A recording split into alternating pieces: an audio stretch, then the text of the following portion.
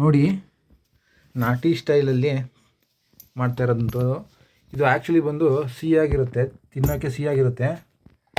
ಚಚ್ಚಿ ಮಾವಿನಕಾಯಿ ಚಚ್ಚಕ್ಕೆ ಅಂತಲೇ ಮಾಡಿರುವಂಥ ಹಳೆ ಕಾಲದ ಕಲ್ಲು.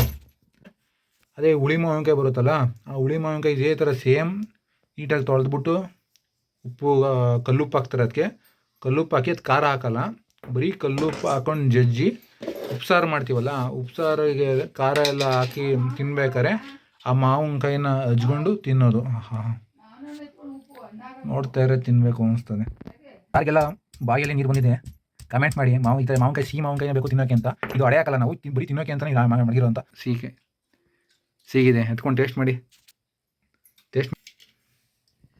ಉಪ್ಪು ಖಾರ ಹಾಕಿ ಜಜ್ಜೋದೇನೆ, ಚೆನ್ನಾಗಿರುತ್ತೆ.